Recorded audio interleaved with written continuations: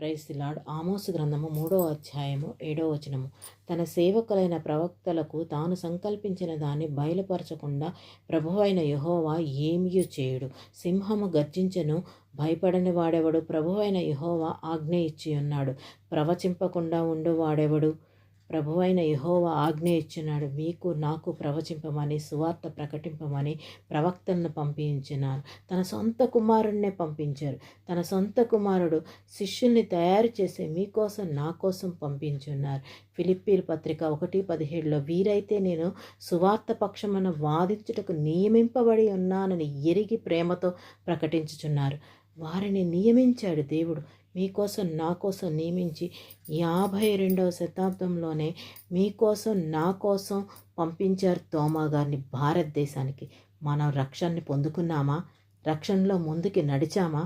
నడుద్దాం. ఇదే సరి అయిన సమయం.